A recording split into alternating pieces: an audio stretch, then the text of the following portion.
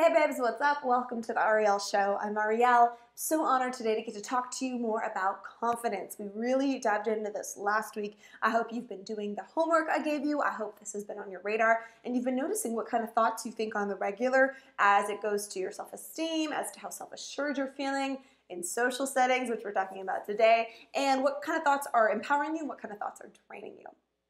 So the concept that I want to present to you today is something that I just very briefly mentioned on my Insta story a few weeks back. And you guys, I got so many DMs from you about how this idea was so mind-blowing. You're like, oh my God, I've never thought of it like that. And like, that's how I feel. Like when I came across this concept, I was like, wow, yeah, that makes so much sense. I totally get it. Like, oh, I wish I would have known this the whole time. And so I'm really excited to be sharing it with you today. Dive a little bit deeper into it, and I know it's really going to help you. So what I want to present to you today is this truth that what you think people are thinking about you only reveals what's going on in your mind, not what's going on in their mind. So to help us understand this, let's put it to an example so we can learn this concept. Let's say that you're at work, you get a last minute text from a group of your girlfriends, they're like, hey, we're going out, I'd love to meet you there. And you're like, oh, cool, you're having a good time, you get there, you're happy to be there, and you're just hanging out, and all of a sudden, your brain just pops up with a little thought, just a little something for you, and it's like, you know, you got this text really last minute. I wonder if like you were like a last minute pity invite. Or maybe you're like replacing someone that couldn't be here. Like, I bet all these girls have been on the group chat all day, and you're like just now in it. Oh my God, can you imagine if your brain told you that, like how deflating that would be? But a lot of us hear stuff like that, don't we? And your brain just suggests these little ideas, and a part of us buys into it. We're like, yeah, you're right. Yeah, that makes a lot of sense. And then our brain goes to work and finds all sort of evidence to support this made up story that we just came up with. And then all of a sudden you take this person's comment to mean that. And they're like, oh my God, yeah, like I'm not even sitting next to my normal friend. Like she probably didn't even want me to be here. And you just like go down the rabbit hole. And I just want to tell you that your brain came up with that thought completely on its own. And that has nothing to do with reality or with what any of those people are actually thinking. So you came up with this thought on your own, and that is a reflection of you. That right there is a mirror back to your own insecurities, showing you that, hey, I have a problem feeling left out in group settings. Hey, I feel suspicious, like everyone's talking about me behind my back, or whatever it is. Another example, you're in class, your teacher calls on you, you give an answer, and afterwards you think, man, that was so stupid. Everyone totally knows how stupid I am. They're all thinking, dang, she's such an idiot, like she totally blew that.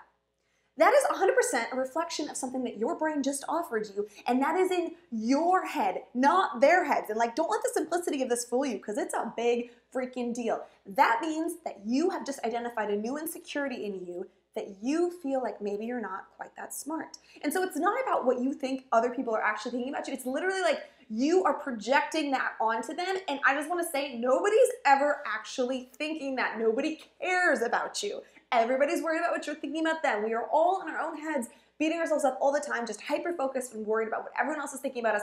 No one has time to think, dang, she really blew that. She must be so stupid. Nobody cares about you. No one's going down that rabbit trail. Obviously, people care about you and love you in that way, but I'm saying like cares enough about judging you? No, nobody does that. And so you need to let like when those thoughts come that you're imagining other people are thinking about you, just like be like, hold up. I'm freaking delusional here. This is crazy. My brain just made up this crazy story for me, and I get to choose whether or not I'm going to act as if this is true or not. And let me tell you, if it's a negative thing, you're going to act as if it's not true. Okay, now this gets even better when we flip this around and reverse it. If you know for a fact that Jim thinks you're stupid after you answered that question because Jim came up, I don't know who names our kids Jim anymore, but Jim came up to you in the hallway after class and was like, dude, that was really dumb. You totally blew that. You're even dumber than I thought. Jim says that. Your brain will want to use that as proof, like, oh my God, Jim is representative of the entire classroom population. Everybody thinks this about me. But no, here is the reality. What other people think about you is totally a reflection of them and not you.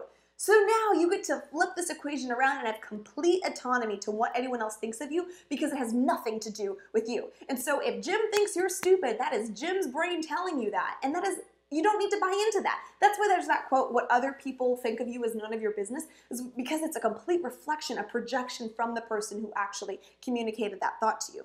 So the takeaway from this is stop making up in your head what you think other people are thinking of you, because that's 100% about you. And then B, stop actually taking on what other people verbalize that they're thinking about you, because they own that. That's 100% on them. It has nothing to do with you. I hope your mind is blown right now. This stuff blows my mind. Because I think about all the time that we waste wondering what people think of us, and then we get a little bit like of a beginning of a thread, like, oh, maybe it's this, and then we just go with it.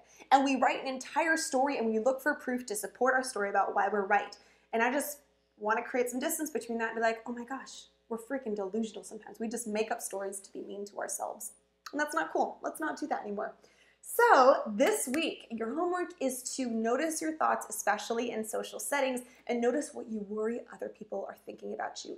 When you get that thought, you know, Martina thinks that I'm wearing an ugly shirt today, just notice that and be like, oh, okay, well, thank you, head, for that not so helpful suggestion.